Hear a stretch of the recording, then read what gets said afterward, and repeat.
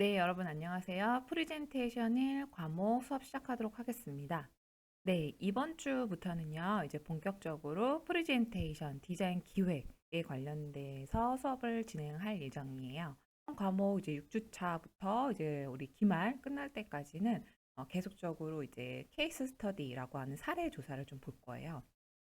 그 사례는요, 어, 프레젠테이션이라고 하는 거는 이제 내가 PPT를 이제 구성을 할 때 디자인을 어떻게 이제 전개시키고 발전해서 어떤 내용들을 수록하는지 그런 것들을 이제 사례를 통해서 알아본다라고 보시면 됩니다. 네, 그래서 이 과목에서는요, 자, 보시면은 학습 목표가 있어요. 그래서 디자인 컨셉 기획부터 디자인 결과물까지 도출하는 다양한 사례들을 여러분 이제 눈에 익히고 여러분들도 이제 각 과목에서 하는 이제 프로젝트들을 어떻게 이제 진행을 하고 어떻게 마무리해야 되는지 그런 것들을 이제 레이아웃 자료를 보면서 이해할 수 있는 시간을 갖도록 하면 좋을 것 같아요. 네, 학습 내용에 주로 이제 보여질 내용은요. 디자인 아이디어 컨셉을 알아볼 거예요. 뭐 우리가 뭐 도면을 이제 그릴 때 내가 그냥 CAD나 어떤 3D로 그냥 무작정 그리는 게 아니라 다 이제 컨셉이 있어야 되는 거다. 예, 디자인 그 컨셉이 발전을 해서 결과로 이제 3D로 이제 나오는 그런 컨셉이 있어야 되는 부분이고요. 그런 컨셉을 도출해서 어떻게 디자인을 발전시키는지 그 과정, 디자인 프로세스라고 하는 부분, 그리고 디자인 결과물이 어떻게 나왔는지를 알아보는 이제 시간이에요. 그래서 프레젠테이션 과목 같은 경우는요. 음, 프레젠테이션이 뭔가 뭐 앞에 나가서 말을 하는 게 이제 프레젠테이션인가? 뭐 이렇게 생각을 할 수도 있어요. 물론 그것도 맞는 이제 얘긴데요. 우리는 이제 디자인을 어떻게 다른 사람들한테 보여주고 내가 어떻게 표현을 해서 표현한다라는 거는 도면으로 이제 표현을 하거나 3D로 표현을 하거나 내가 포토샵 기술을 활용한다거나 그런 내용들이겠죠. 그래서 어떻게 내가 내 디자인을 잘 다른 사람들한테 보여줄 수 있는가? 이것도 프리젠테이션이다. 그래서 앞에 나가서 물론 발표를 하는 것도 프리젠테이션이지만 내가 발표를 하지 않는 상황이 오더라도 PPT나 아니면 판넬 보드를 통해서 내 디자인을 얘기를 해서 전달할 수 있어야 되는 게 프리젠테이션의 범주라고 여러분들 생각하시면 좋겠습니다. 네, 그래서 이제 계속적으로 이제 이 과목은요, 여러분들은 어, 그냥 들으시면 되는 수업이에요. 너무 좋죠. 교수님 혼자 계속 얘기를 할 거고요, 보여주면서 여러분들은 계속 듣고 결과물만 잘 볼 수 있게끔 그렇게 준비를 하고 계시면 좋겠습니다. 네, 본격적으로 케이스 스터디 한번 알아볼 건데요. 자, 보통 이제 우리가 PPT 구성은요, 한 뭐 10장 내외 정도 되는 결과물들을 여러분들 사례로 한번 보여드릴 예정이에요. 그래서 뭐 장수가 많은 것도 있고요, 적은 것도 있고요, 다양한 것들을 여러분들이 보고 다른 사람은 어떻게 결과물을 만들었는지 한번 보는 거. 자, 일단은 우리가 PPT 구성을 할 때 맨 앞장에서는 보통 이제 학번이나 여러분들 뭐 날짜나 그런 것들 이름을 쓰겠죠. 그리고 나서 그 다음 페이지 정도라고 이제 생각을 하면서 보시면 되는데 지금 관련된 이제 화면 한번 보시면 내가 딱 두 번째 페이지에서 뭘 보여줘야 되는지 보통 컨셉에 관한 단어 그리고 내가 리서치한 디자인 이미지를 많이 보여줘요. 그래서 이제 텍스라고 하는 디자인 메인 컨셉인데 이거는 어떤 단어는 아니죠. 그죠? 단어는 아니고 이 다 각자 원래 고유한 단어의 초성만 따서 CANS를 이제 따서 만든 새로운 단어예요. 그래서 코지하고 뭐 액트하고 뉴하고 또하고 이런 것들을 부정을 긍정으로 여는 그런 컨셉이 있는 보드다. 계속 이어서 보시면요. 인덱스는 우리가 컨텐츠라고 하는 거는 내 목차를 말한다라고 생각을 하시면 돼요. 목차. 그러니까 이런 그 사례 학생 같은 경우는요. 내가 메인으로 사용하는 컬러 컨셉이 있잖아요. 그 컬러 컨셉을 PPT 레이아웃에도 그대로 적용을 했다. 지금 하단에 살짝 보이는 띠 있죠? 약간 파스텔 톤으로 보이는 네 가지 컬러. 여기에서 이제 계속적으로 앞장에서도 아마 보셨을 텐데 반복적으로 이 컬러가 공통되게끔 보여질 거다라는 걸 연상을 할 수가 있고요. 자, 여기서는 우리가 이 사람의 어떤 이제 프레젠테이션 파워포인트 여기 내용에서는요. 본인이 이제 네 가지의 어떤 컨텐츠를 보여주겠다라는 거예요. 먼저 익스히비션은 우리가 전시 공간이죠. 그래서 전시하는 거, 그리고 하우스 디자인, 뭐 주거 공간 디자인, 그리고 퍼블릭 공공 뭐 공용 공간의 어떤 가구를 이제 보여줄 거고, 그다음에 퍼니처 디자인까지 보여주겠다. 그래서 이 PPT는요, 뭐 한 학기 과제라기보다는 어떻게 보면은 우리가 3학년이나 학기가 끝날 때쯤에 포트폴리오로 제출하는 성격이 강한 프레젠테이션이라고 보시면 되겠습니다.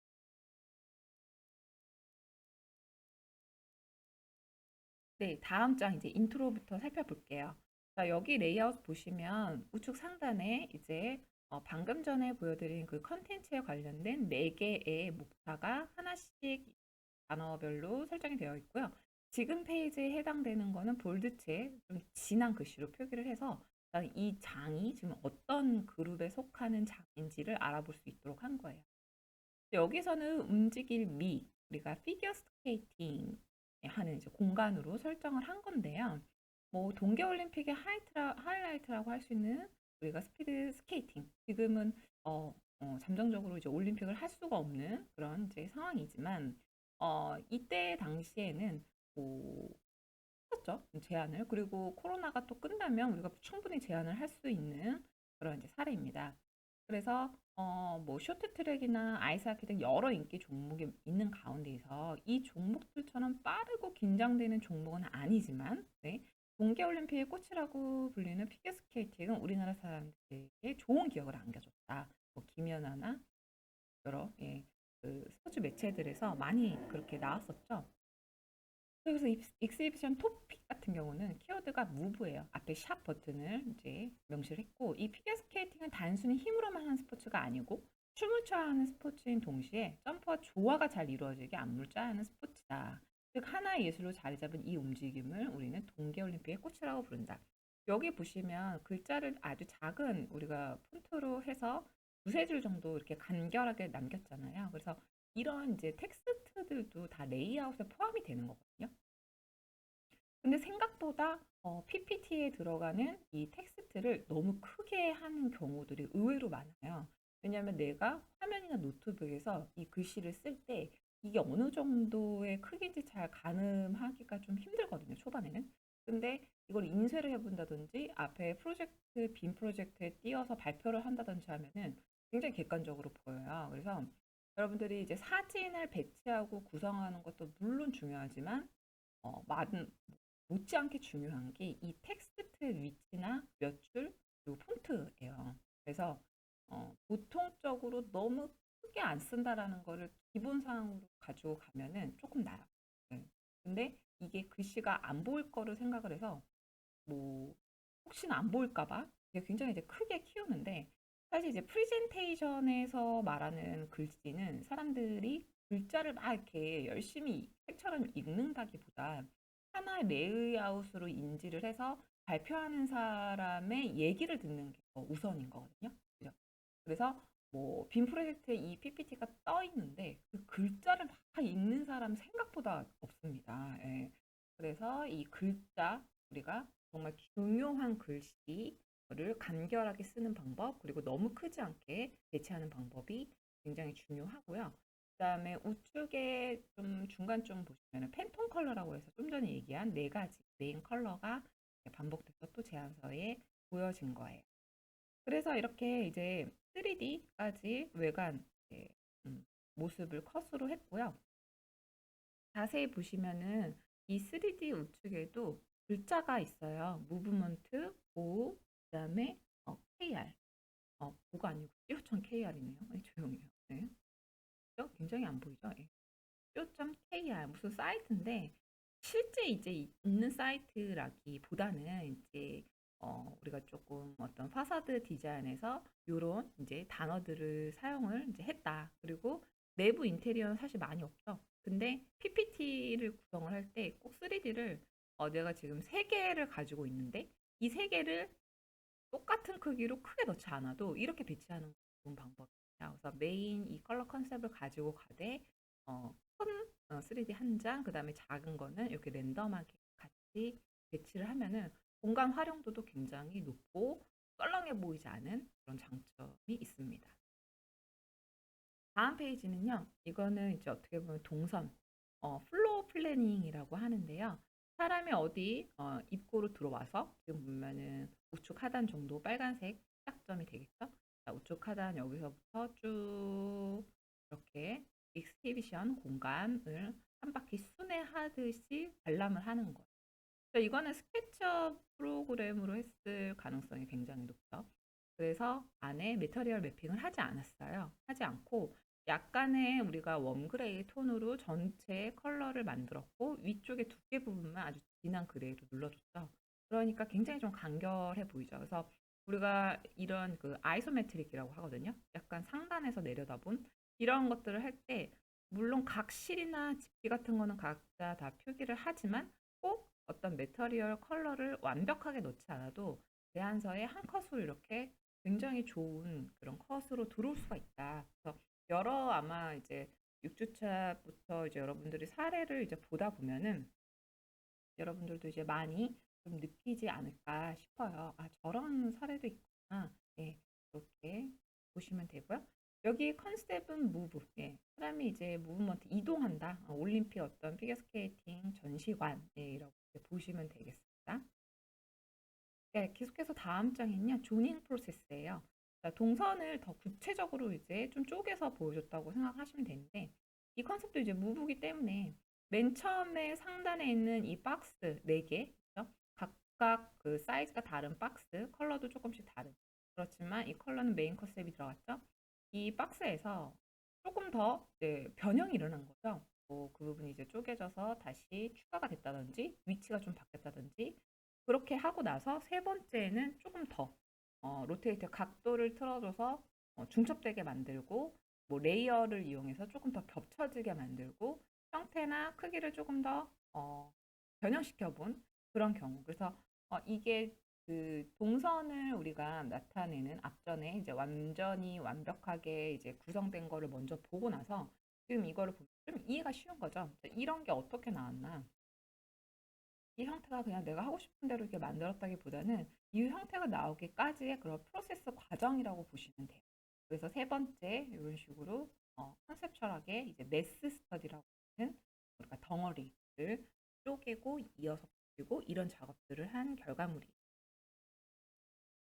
다음은 이제 본격적으로 플로어 플랜, 평면도입니다. 자, 평면도 여러분들이 보시면 딱 봤을 때, 이 평면도를 어떻게 표현을 했냐, 이런 것들도 유심히 봐야 돼요. 이 컬러 같은 경우는 우측에 지금 굉장히 컬러풀한 컬러가 4개가 있는데요. 자, 여기는 이제 우리가 전시 공간이기 때문에 뭐 저쪽에 어떤 이제 포인트가 되는 컨셉이 있었겠죠. 그래서 평면도에서 딱 중요한 4가지 포인트 되는 컬러만 명시를 컬러풀하게 비비드 컬러로 했고 나머지는 다 모노톤으로 처리를 한 거예요. 그리고 이 평면도의 백그라운드에 약간 은은하게 어떻게 보면은 색감을 조금 솜으로 꼭 찍은 것처럼 깐게 보이시죠? 저렇게 표현하는 방법도 있다. 그러니까 우리가 평면도는 매터리얼을 표현을 할 때 물론 전체 포토샵에서 매터리얼을 다 입히는 방법도 있고요. 그리고 파스텔 톤 같은 경우로 주요한 부분만 입히는 경우도 있고 이렇게 모노톤으로 하고 오히려 밑바닥을 좀 이렇게 까는 경우 여러 가지 이제 표현 방법이 있다라고 이거는 이제 평면도를 프리젠테이션 하는 방법이다라고 생각을 하시면 되고요. 그렇게 하다 보니까 오히려 컬러풀하게 표현해준 저 부분이 좀 궁금증을 자아내기도 하고 그 다음 장에서 더 보고 싶은 뭐 그런 기대 심리를 갖게 만듭니다. 자, 그 다음 장에 이제 섹션이라고 하는 거는요. 위쪽에서 쭉 이제 자른 형태라고 보시면 돼요. 제가 이제 어, 이어서 뭐 스케치업에서 이제 수업을 적으로 하겠지만 이게 중간에서 내가 조금 더 가까이 이제 들어가서 내부를 본 경우고요. 계속적으로 이 대표 컬러, 비비드 컬러만 이제 도면에서 표기가 됐고, 우측에서는 저런 바 있는데도 표기가 됐죠. 그리고 마찬가지로 나머지는 컬러링을 하지 않고 백그라운드에 이렇게 어떻게 보면은 수목의 그런 그림자 형태만 살짝씩 배치를 하다 보니까 이게 인면도에서 어느 정도의 그 높이고 지평선은 한 어느 정도고 그런 스케일을 감당을 할 수가 있는 거예요. 근데 여기에 이제 예를 들어서 이 딱 그냥 스케치업에서 한 요 부분만 있었더라면 스케치한 부분에서 요 부분만 딱 도려내서 제안서를 딱 뒀더라면 굉장히 좀 멋이 없어 당연히. 그런데 정말 간단한 거거든요. 이 블랙으로 이 그라운드를 만들어준 거. 대지, 대지 플로어 그라운드를 라인을 만들어주고 그러니까 좀 뒤에 있는 것처럼 보여요. 그리고 수목을 이렇게 백그라운드에 깔다 보니까 조금 더 어, 부각이 돼 보이면서 하나의 디자인으로 더 돋보이게 되는 거예요. 그래서 프레젠테이션을 잘 하기 위해서 그 스케치업이나 맥스는 정말 꼭 해야 돼요. 왜냐면 도면에서 끝날 수가 없거든요. 항상 3D도 완벽한 렌더링뿐만이 아니라 이 정도도 표현을 할 수가 있어야 돼요. 당연히 2학년이면. 근데 이 정도는 지금 스케치업에서 많이 하는 그런 표현 방법이거든요. 다음 장 한번 다른 뷰 섹션을 한번 봐도 다 스케치업에서 좀 수정 그 중간 정도 작업을 하고 이제 파이널로 가서 완벽한 그런 렌더링 컷은 여러분들의 3D 맥스의 힘을 많이 빌리면 돼요. 그래서 우리가 그 스케치업을 하는 이유에 대해서 좀 의아해하는 분들이 좀 있는데 스케치업은요 왜 하는 게 아니라 원래 해야 되는 거예요. 네. 그래서 프레젠테이션 하기 위해서 이 안에 디자인을 수록하기 위해서 스케치업은 당연히 해야 되는 거여서 프레젠테이션 수업 때 네, 이제 마찬가지로 스케치업을 좀 같이 많이 보여주고요. 여기도 마찬가지로 뒷배경에 살짝 보여주는 이 입체 건물 그리고 컨셉츄얼하게 이렇게 피겨하고 있는 여자 남자를 이렇게 백그라운드로 깔았죠. 물론 실제 이미지는 아니겠죠. 여기에서 뭐 피겨를 할 수는 없겠지만 조금 더 내 디자인이 돋보이게끔 이 한 페이지에서 완성도 있게 만든 거예요. 왜 그러면 자칫하면 우리가 스케치업에서 이렇게 컬러링을 안 해주면은 미완성처럼 보이는 경우도 있거든요. 그런데 이 컷은 전혀 미완성처럼 보이지 않고 일부러 의도한 거 어떻게 보면은 내가 메인 컬러만 포인트 있게 컬러를 만들어주고 나머지는 모노톤으로 처리한 그런 의도를 알아볼 수 있는 그런 제안서라고 보시면 되겠습니다. 그래서 여러분들도 인면 표현할 때 포토샵에서 이 정도를 어렵지 않게 해주시면은 훨씬 더 내 디자인이 돋보이는 그런 효과를 가져요.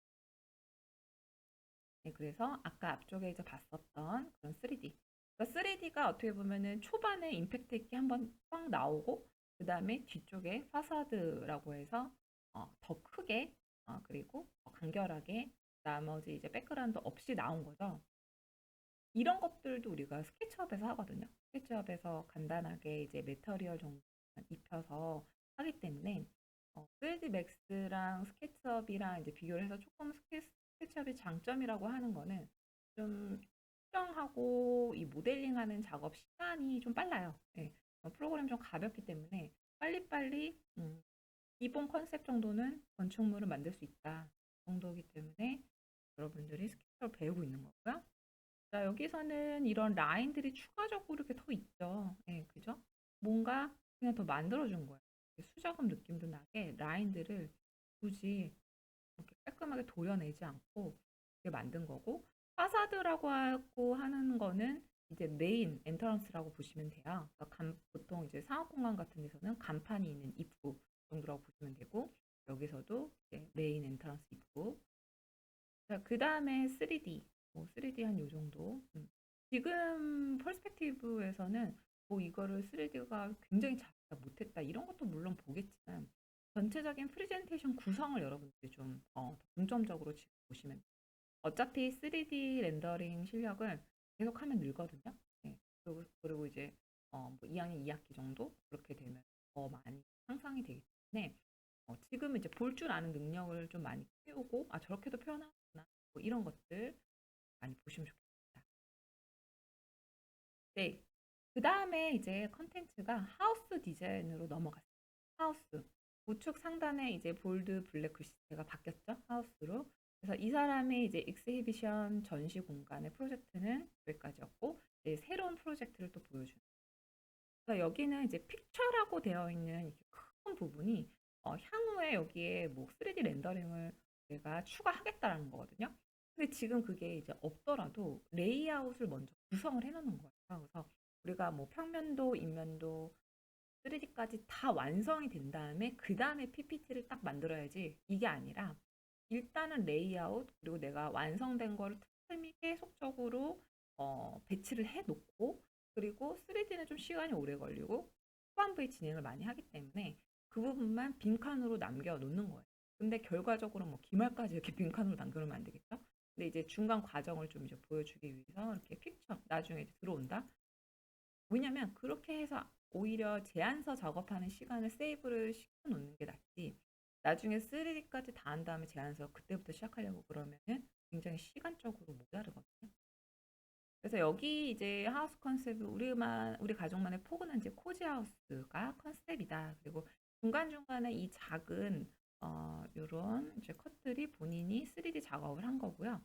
뭐 배치를 굉장히 강한 임팩트 있는 거를 하나를 수록을 하고 이제 굉장히 작게 배치했죠. 그래서 3D 배치할 때 항상 똑같은 크기로 그냥 배치하지 않아요. 3D도 내가 좀 강약을 좀 줘서 하나 이것도 레이아웃 디자인으로 가져가야 되고 여기도 메인 컬러 이렇게 나왔고요. 우측 상단에 그리고 제목에 관련돼서도 좀 큰 박스로 이 컬러 컨셉도 같이 보여준 사례입니다. 네, 바로 플로어 플랜이 나오는데요. 자, 요 정도로 컬러링한 경우 어떠신가요, 여러분? 자, 주거 공간 플로어 플랜인데 보시면은 어느 정도 컬러링을 좀 한 거예요. 그런데 컬러링을 어디 했냐? 벽체. 벽체 부분을 굉장히 징그레로 꽉 잡아줬고요. 그 다음에 굉장히 연한 파스텔 톤 몇 가지를 써서 가구에만 좀 표현을 한 거예요. 그러니까 결국은 바닥 마감재는 없는 거죠. 네.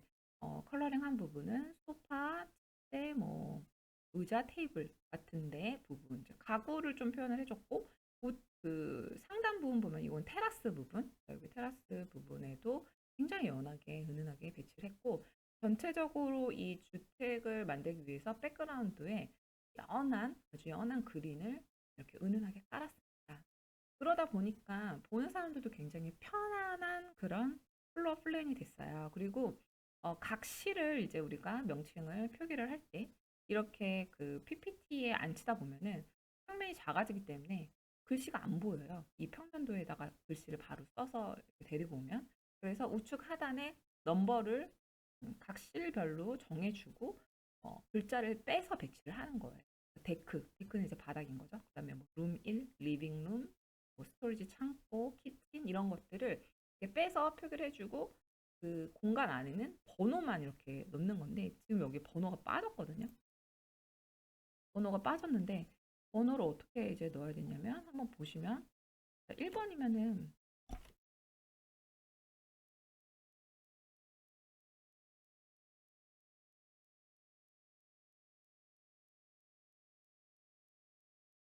위쪽에 데크 보이시나요? 자, 여기 1 이렇게 표시를 했죠. 그리고 또 룸 1이 2번이다. 그러면 룸 1에 2번. 이게 번호를 계속적으로 이제 배치를 해줘야 되는 거야. 이런 식으로. 그리고 뭐 스토리지, 거실 이런 식으로 번호를 표시를 해주면은 따로 평면도에다가 뭐 여러 가지 뭐 어떤 안 보이는 너무 작은 그런 이제 글씨를 쓰지 않고도 이런 식으로 간결하게 표현을 할 수가 있는 방법 하면 좋고요. 자, 그리고 여기에는 치수선이 지금 없는데 치수선이 없는 경우는요. 우측 하단에 보면 이거는 스케일 바라는 거예요. 그래서 스케일 바가 우측 하단에 보통 표시가 되어 있고 이 스케일 바가 있다라는 거는 이게 어떤 이제 어느 정도의 스케일을 갖는지를 가늠할 수 있는 거거든요. 그래서 치수선 넣지 않는 경우는 특히 이렇게 매터리얼 컬러를 입힌 도면은 우측 하단에 스케일 바를 넣고 그 다음에 나침반 방향 표시할 수 있는 이런 것들도 우측 상단에 뒀어요. 그러니까 이런 경우는 간단하게 내가 만들 수 있는 거기 때문에 스케일 바랑 나침반 정도는 여러분들이 kit으로 충분히 만들 수가 있어요. 네, 그러면 1차 시 여기까지 정리하시고요. 그 다음에 이 도면, 인면도 어떻게 표현했는지 2차 시에서 또 만나도록 하겠습니다.